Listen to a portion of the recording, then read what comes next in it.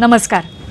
आज माघ शुक्ल द्वादशी शके 1938 सादर करत आहोत ठाणे वार्ता। ठळक घडामोडी। महापालिकेच्या निवडणुकीत 805 उमेदवार निवडणुकीच्या रिंगणात। गेल्या निवडणुकीच्या तुलनेत 3 उमेदवार अधिक। बंडोबांना थंडोबा करण्यात सर्वच पक्षांना यश। आणि 372 ऑनलाईन सेवांपैकी 245 ऑनलाईन सेवांचा एकदाही वापर झाला नसल्याचं उघड। या आणि इतर घडामोडी विस्तृतपणे पण काही क्षणातच आपण श्रीस्थानक वाहिनी आपल्या संगणकावर आणि मोबाईलवरही पाहू शकता। ठाणे वार्ता पहा श्रीस्थानक वाहिनीवर।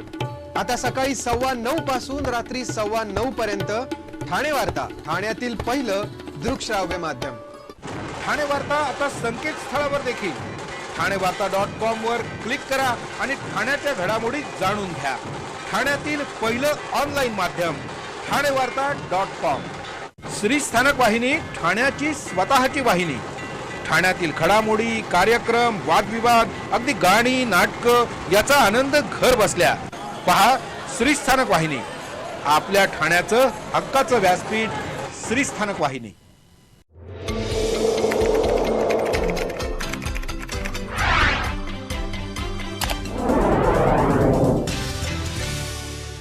ठाणे वार्ता पहा श्रीस्थानक वाहिनीवर। आता सकाळी 9:15 पासून रात्री 9:15 पर्यंत ठाणे वार्ता, ठाण्यातील पहिलं दृकश्राव्य माध्यम। ठाणे महापालिकेच्या निवडणुकीत गेल्या वर्षीच्या तुलनेत यंदा उमेदवारांच्या संख्येत फारशी वाढ झाली नसल्याचं दिसत आहे। यावेळी महानगरपालिकेच्या 131 जागांसाठी एकूण 805 उमेदवार निवडणुकीच्या रिंगणात आहेत। काल उमेदवारी अर्ज मागे घेण्याचा शेवटचा दिवस होता। या निवडणुकीकरिता एकूण 1088 अर्ज दाखल झाले होते। त्यापैकी 55 अर्ज अवैध ठरले, तर उमेदवारी अर्ज मागे घेण्याच्या शेवटच्या दिवशी एकूण 288 उमेदवारांनी माघार घेतली।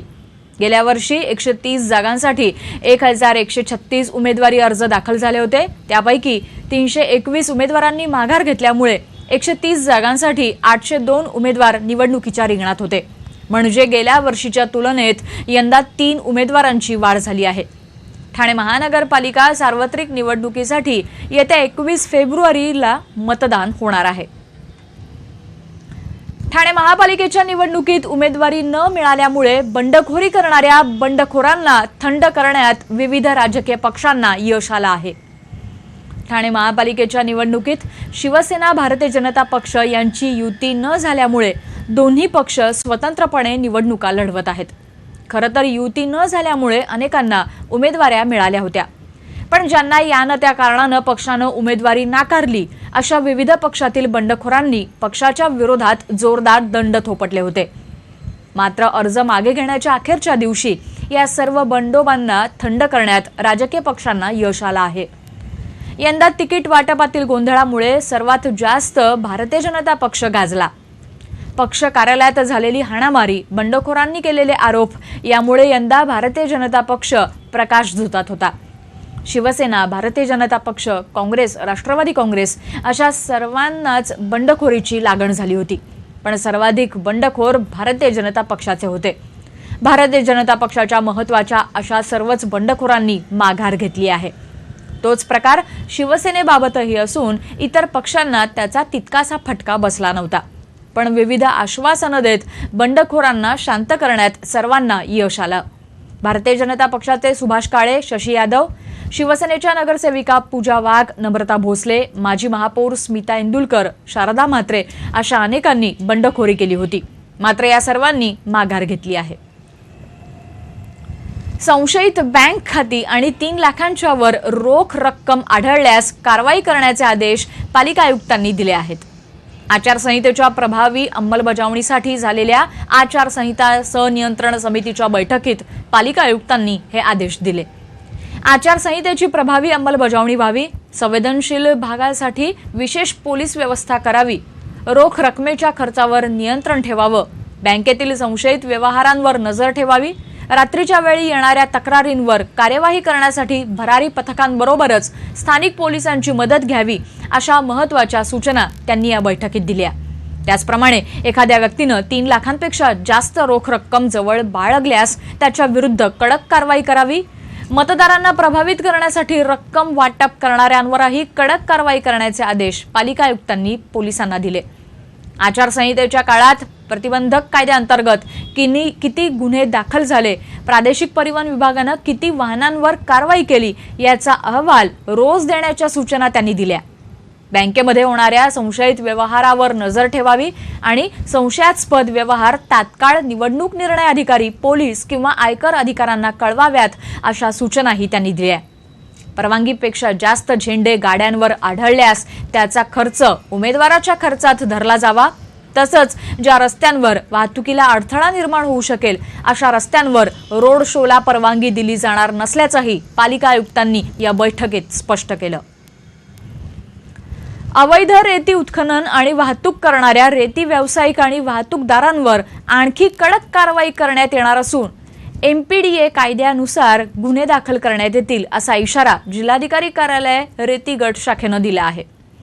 गेल्या काही महिन्यांपासून सातत्यानं जिल्हा प्रशासन रेतीच्या अवैध उत्खनन आणि वाहतुकीवर वेळोवेळी मोहिमा आखून कारवाई करत आहे। या वाहतूकदारांना मोठा दंडही करण्यात येतो। या अवैधरित्या चालणाऱ्या आणि खाडीचं संरक्षण धोक्यात आणणाऱ्या व्यवसायावर प्रतिबंध घालणं महत्त्वाचं होतं। त्या दृष्टीनं खाडी किनाऱ्यावर चालणारे हे अवैध उत्खनन बंद करण्यासाठी तसंच किनारपट्टीचा नौकानयन मार्ग मोकळा करण्यासाठी जिल्हा प्रशासनानं 21 मे 2015 अन्वये सागरी नवीन रेती निर्गत धोरण जाहीर केलं। त्यानुसार 2016-2017 या वर्षात ठाणे जिल्ह्यातील खाडीपात्रातील यांत्रिक पद्धतीनं रेती उत्खननासाठी राखीव असलेल्या 3 रेती गटांचे लिलाव, प्रथम फेर लिलाव, द्वितीय फेर लिलाव आणि तृतीय फेर लिलाव आयोजित करण्यात आले होते।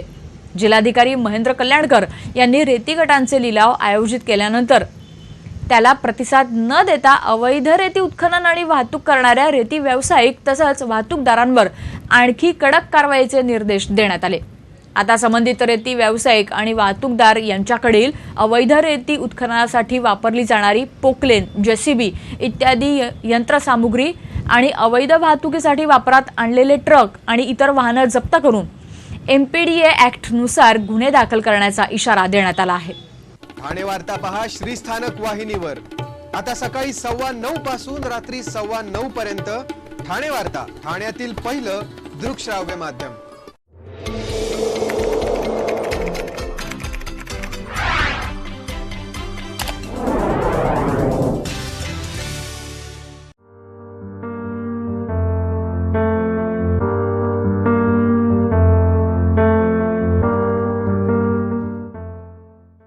आपला परिसर स्वच्छ आणि सुंदर ठेवण्यासाठी ठाणे महापालिकेत सहकार्य करा।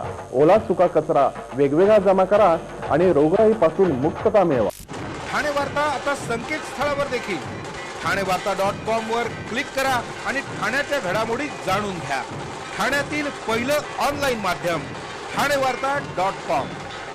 डॉक्टर आणि रुग्णांचं पिढ्यानपिढ्यांचं जिव्हाळ्याचं नातं म्हणजेच डॉक्टर बेडेकर हॉस्पिटल आता अत्याधुनिक सोयी सुविधा आणि तंत्रज्ञानयुक्त वंध्यत्व निवारण केंद्रात IVF आणि टेस्ट ट्यूब बेबीची ही सुविधा। डॉक्टर बेडेकर हॉस्पिटल, महर्षी कर्वेपथ, ठाणे। 65 वर्षांची निरंतर सेवा।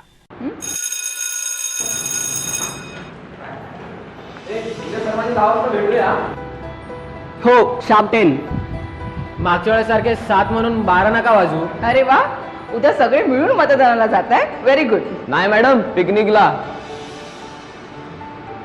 तुम्ही मतदान करायचं सोडून पिकनिकला जाताय? म्हणजे मतदानाचा जो हक्क मिळवायला तुम्ही वयाची 18 वर्ष वाट पाहिली, तो हक्क असा एका पिकनिकमध्ये वाया घालवणार तुम्ही? तुम्ही देशाचं भविष्य आहात। तुमचं एक मत देशाचं भविष्य घडवू शकतं आणि ही एकमेव अशी परीक्षा आहे ज्यात तुम्ही मार्क्स देता आणि ही संधी पुन्हा 5 वर्षांनीच मिळणार। Think about it. ठरलं मग, उद्या सकाळी 10 वाजता मतदानाला। आपलं मत हीच आपली ताकद।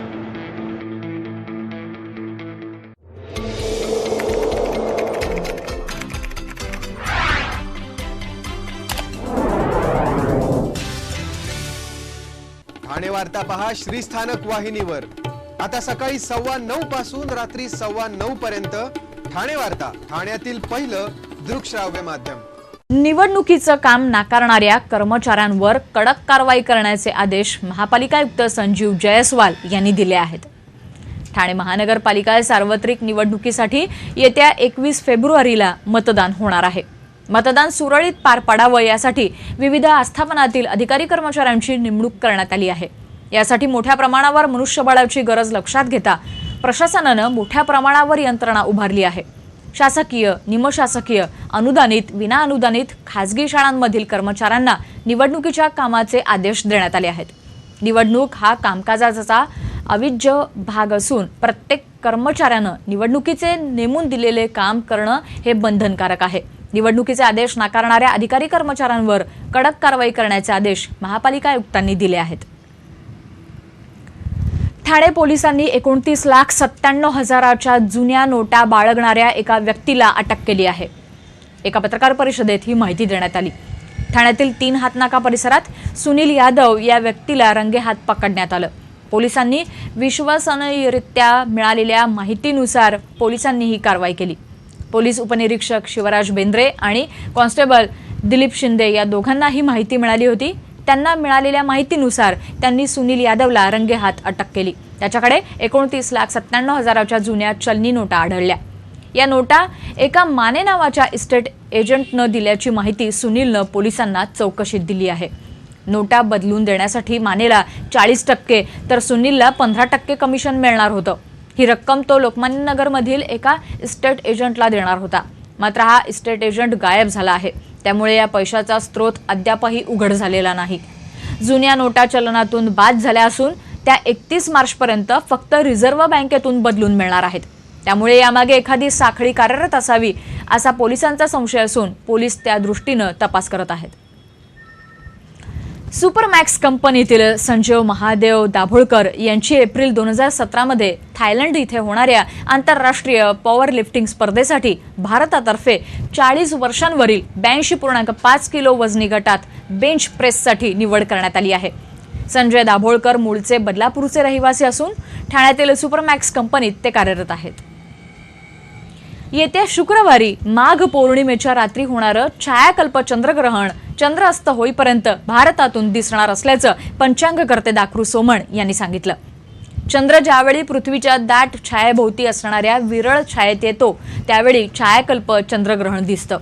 छायाकल्प चंद्रग्रहणात चंद्रबिंब कमी यशस्वी झालेलं दिसतं.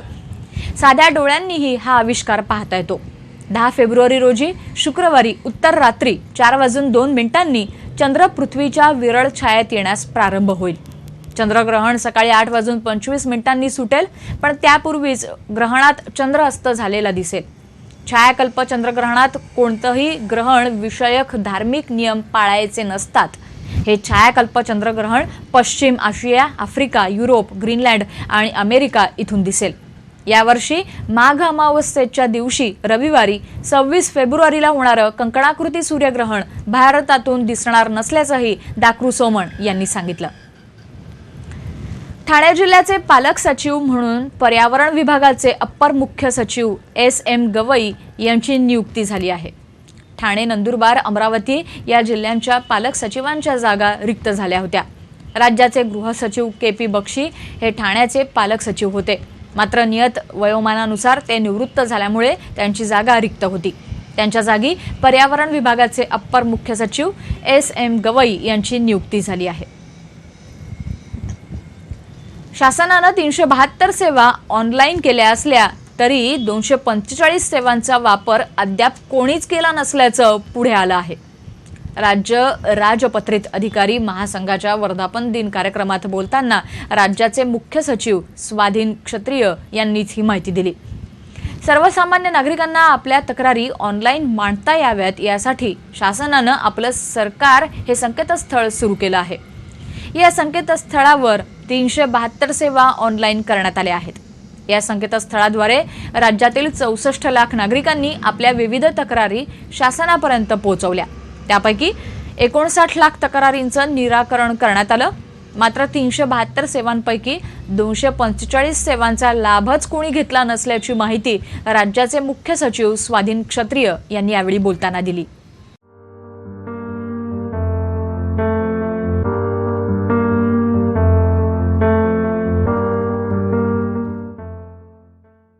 ठाणे वार्ता पहा श्रीस्थानक वाहिनीवर आता सकाळी 9:15 पासून रात्री 9:15 पर्यंत ठाणे वार्ता, ठाण्यातील पहिलं दृकश्राव्य माध्यम. ठाणे वार्ता आता संकेतस्थळावर देखील ठाणेवार्ता.com वर क्लिक करा आणि ठाण्याच्या घडामोडी जाणून घ्या. ठाण्यातील पहिलं ऑनलाईन माध्यम ठाणेवार्ता.com.